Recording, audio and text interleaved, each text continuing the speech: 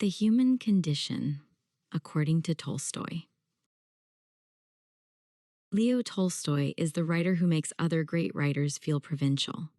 Not because his books are the longest, though 2 of them are among the longest ever written, and not because his range is the widest, though it extends from the ballrooms of Moscow to the battlefields of Austerlitz to the peasant fields of Yasnaya Polyana to the last corridor of consciousness before death.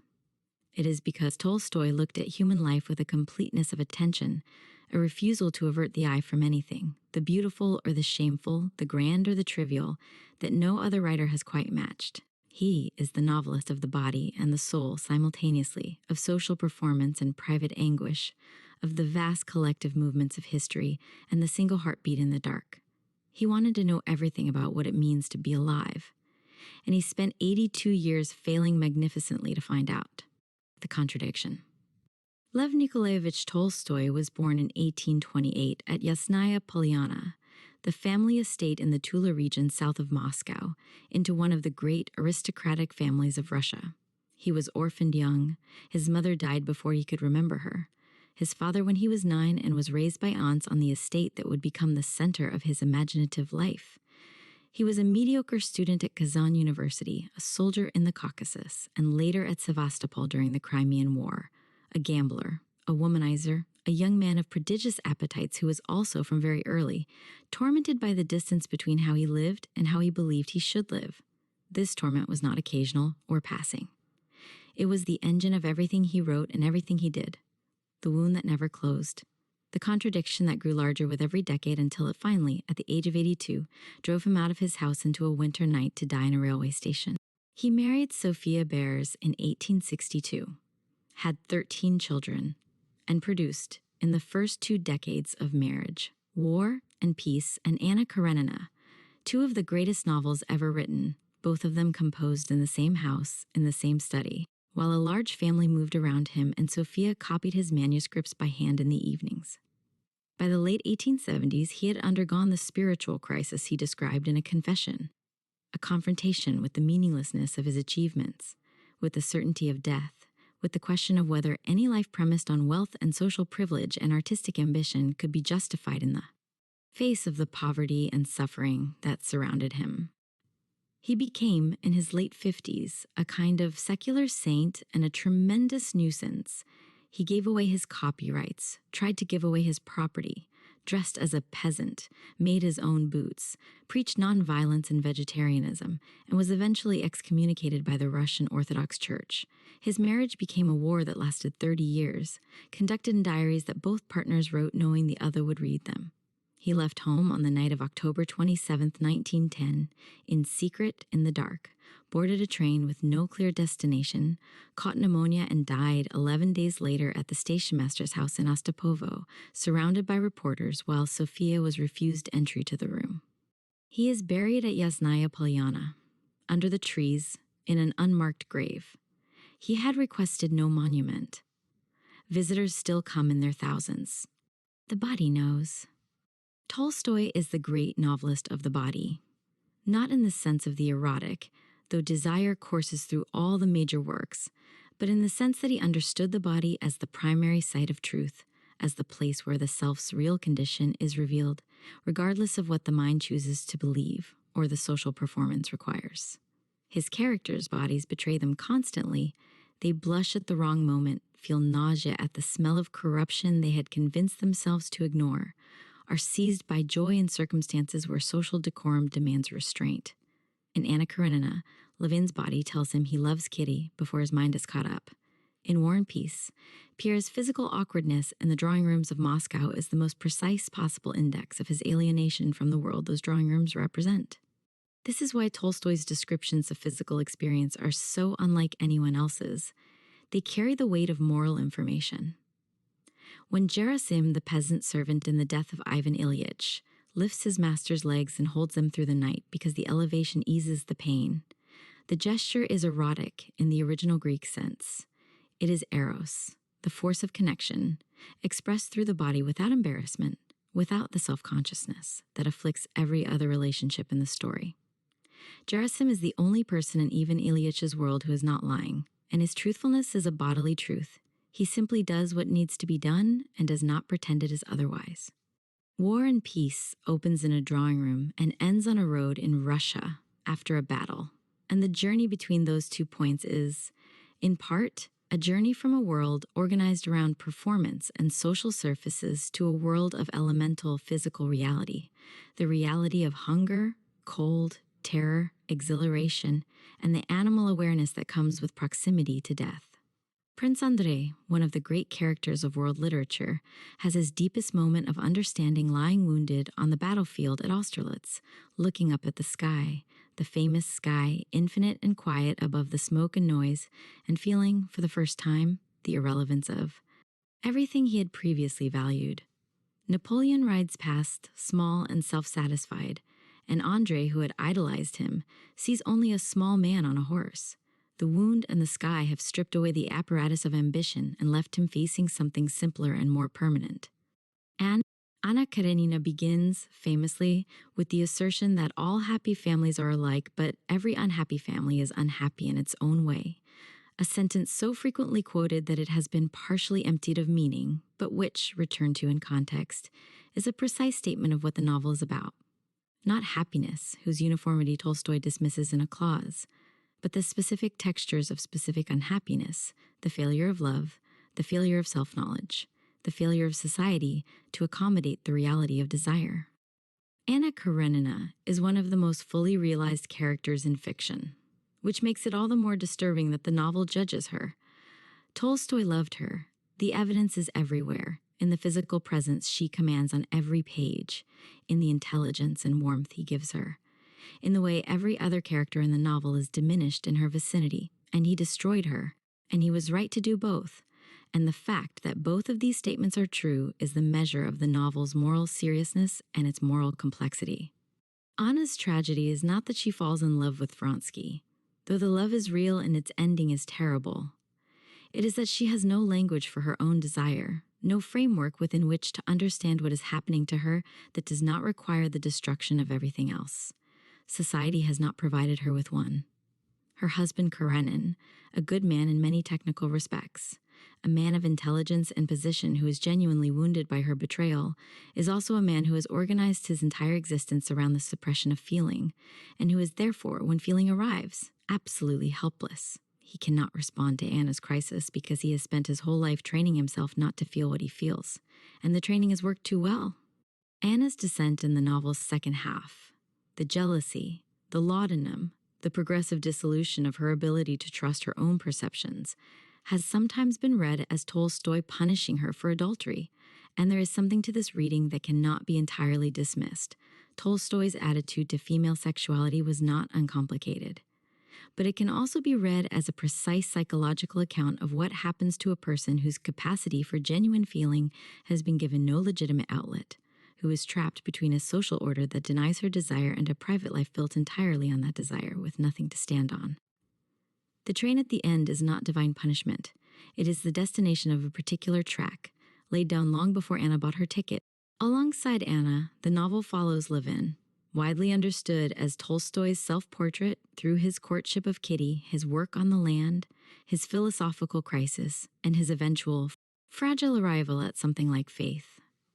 The famous scene in which Levin works alongside the peasants in the hayfields, losing himself in the rhythm of the work, feeling a contentment he cannot intellectually justify, is the novel's counterweight to Anna's tragedy, an image of the life that is possible when thought and body, aspiration and daily practice are no longer at war. It is not a solution. Levin's final pages make clear that the peace he has found is provisional, that the questions will return tomorrow. But it is real, and it is earned, and it points toward the thing Tolstoy spent his whole life trying to demonstrate. That meaning is not found in the drawing room or the philosophical treatise, but in the specific gravity of specific work, in the full attention given to the thing immediately in front of you. How Ivan Ilyich died. The Death of Ivan Ilyich, published in 1886, is the work in which Tolstoy's moral vision achieves its most concentrated expression, and it is, at 50 pages, the most devastating thing he ever wrote. Ivan Ilyich Golovin is a judge in the Imperial Russian courts, a man who has organized his entire life around the principle of propriety, doing the done thing, maintaining the correct appearance, rising through the ranks of a bureaucracy whose values he has never questioned because questioning them has never been necessary. He hangs curtains in his new apartment, falls off a ladder, bruises his side, and begins to die. The dying takes months. What it reveals, one layer at a time, is the total emptiness of the life that preceded it. His colleagues are already calculating who will get his position. His wife is concerned primarily with the inconvenience. His daughter resents the disruption to her social life. Only Gerasim, the peasant servant, young, healthy, cheerful, unafraid of bodies or of death, attends him with genuine, uncomplicated care. The contrast is absolute, and the point is as sharp as a scalpel. The entire civilized apparatus of Ivan Ilyitch's world, the career, the marriage, the furniture, the card parties, the correctly managed social relations, has not produced a single person capable of sitting with him in his dying. What Ivan Ilyitch discovers in the final days, through an agony that strips away every remaining pretension, is that the life he lived was wrong. Not wrong in the sense of criminal or vicious, he was not a wicked man, but wrong in the sense of false, a performance in the place of a life, a series of correct appearances substituted for genuine experience. He cannot die peacefully because he cannot accept this, and he cannot accept it because accepting it would require admitting that the decades are gone and cannot be recovered. But in the last hours, something shifts. His son comes to his bedside and takes his hand and weeps, and Ivan Ilyitch feels for the first time something unconditioned, pity for the boy, pity for his wife, a faint unclenching of the fist that has been his relationship to his own life. The fear of death goes. What replaces it is something the narrative calls joy, though Tolstoy is careful not to make this legible as conventional religious consolation. It is more like the relief of finally, once, not lying. The story is the most powerful argument against inauthenticity ever written. And it works not because Tolstoy tells us that Ivan Ilyitch's life was wrong, but because he shows us, in the minutest physical detail, exactly what it felt like to have lived it. The bureaucratic career is not satirized. The furniture is described with the same care Tolstoy brought to the sky above Austerlitz. The story trusts that if you can feel the weight of the life in full, you will feel the weight of its emptiness in full, and you will not need the author to draw the conclusion. War, and what it is. War and Peace is not a war novel in the conventional sense. It is a novel about what war does to the ideas people have about themselves, about the relationship between the stories a society tells about glory and heroism, and the reality of men lying in frozen mud with shrapnel in their stomachs. Tolstoy had been to war himself at Sevastopol, and the Sevastopol sketches he produced from that experience, raw, unideological, the first genuinely modern war writing, are the laboratory in which the techniques of War and Peace were developed. In War and Peace, the battles are chaos.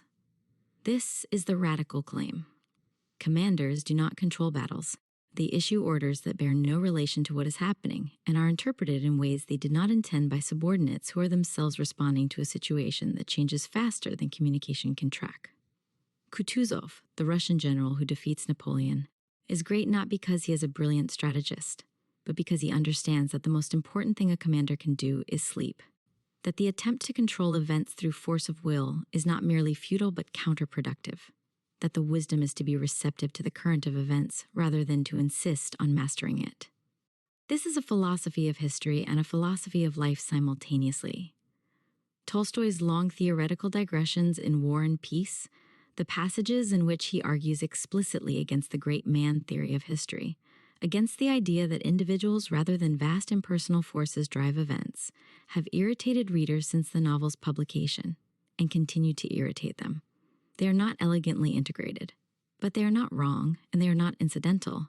They are the intellectual scaffolding that holds the enormous human edifice of the novel together, the argument that makes the individual stories, Andrei, Natasha, Pierre, Sonia, Nikolai, the old Prince Bolkonsky, Petya dying young in a skirmish that nobody will remember, mean what they mean. What they mean is this: we are not the authors of our lives. The forces that shape us are larger than our choices, and the stories we tell about those choices, the narratives of heroism and decision and self-determination, are comforting fictions, useful perhaps, but fictions. What we can be is present, attentive, capable of the quality of attention that Natasha brings to the night sky in the opera and the first ball. the quality that is simply the willingness to receive what is actually there rather than what we have decided to see. This is not passivity. It is the most demanding form of engagement. The flight. From Yasnaya Polyana. The late Tolstoy. The Tolstoy after the spiritual crisis, after a confession, after the conversion to a stripped-down anti-institutional Christianity that horrified the church and alarmed the state, is the Tolstoy that the literary establishment has tended to treat with embarrassment, as if his decision to become a moral philosopher and social agitator represented a betrayal of the novelist. This is a misreading. The late works are different from War and Peace and Anna Karenina, but The Death of Ivan Ilyich, the Kreutzer Sonata, Master and Man, Father Sergius, and the final novel Resurrection are not the work of a man who has abandoned his powers. They are the work of a man who has decided that the powers must serve a different master. Haji Murat, written in the last years and published posthumously, is the work that reconciles the two Tolstoys most completely. It is the story of a Chechen warrior, fierce, proud, political, a man of action, who defects to the Russian side in the Caucasian Wars for reasons of tribal politics, and who is killed in the end through a combination of Russian bureaucratic indifference and his own refusal to surrender. It is the most purely novelistic of the late works, a story of extraordinary vividness and speed, without the moralistic machinery of Resurrection or the polemical edge of the Kreutzer Sonata. It is also in its portrait of a man defined entirely by physical courage and personal loyalty, a kind of elegy for the values of the early Tolstoy, the values of Prince Andrei, and the old Prince Bolkonsky, written with full knowledge of everything those values cost. The thistleflower passage that opens Haji Murat is one of the most arresting beginnings in all of Tolstoy. Walking in a field, the narrator comes across a thistle that has been crushed by a plow but has not died, its stem broken, its flower blackened, but still alive, still upright, still vital. He thinks of Haji Murat. The image is not a symbol in the allegorical sense. It is the thing itself, the brute vitality of a living creature that refuses to yield, that continues to be what it is regardless of what has been done to it. Tolstoy admired this above everything. He spent his life in the tension between it and the spiritual impulse that told him vitality without direction was not enough. He never resolved the tension. The flight from Yasnaya Polyana, the old man in the dark, the secret departure, the death in a railway station, is either the final failure of the life project or its culmination, depending on how you read it. He was running towards something, or away from something, or both. The train took him somewhere he had not planned to go, and he arrived there, as always, completely. What Tolstoy demands. Tolstoy demands more of the reader than almost any other writer, and not because his books are long. Length is a superficial obstacle that yields to time, but because he demands that you bring your whole self. His fiction does not allow the comfortable distance that permits a reader to admire technique without being personally implicated. He is always just beneath the surface of the narrative, asking whether you are living rightly, whether the life you've constructed is the life you actually want, whether the things you've told yourself about yourself are true. These are not comfortable questions. They are also, Tolstoy insists, the only questions. He had no patience with art for art's sake, with the idea that beauty could justify itself without moral purpose. This has struck many of his critics as a kind of Philistinism, and in its most extreme expression in what is art, his late polemic, in which he rejects Shakespeare, Beethoven, and most of his own earlier fiction as elitist and morally useless, it produces conclusions that are genuinely difficult to defend. But the impulse behind it is not Philistinism. It is the refusal to separate the aesthetic from the ethical, the insistence that what we make and what we read and what we love are moral acts with moral consequences, that the question of how we spend our attention is inseparable from the question of how we live. The body of work he produced, from the early autobiographical trilogy through to Haji Murat, with the Cathedral of War and Peace and Anna Karenina at its center, and the extraordinary concentrated grief of the death of Ivan Ilyich as its moral fulcrum, is the most complete account any novelist has given of what it feels like to be in a human body, in a human society, moving through time toward death with intermittent awareness of what is actually happening. He did not resolve the questions he raised. Nobody has. But he raised them with such force and with such concrete, physical, humane intelligence that the raising itself feels like a form of answer. The snow was falling on the night he left. He did not look back at the house.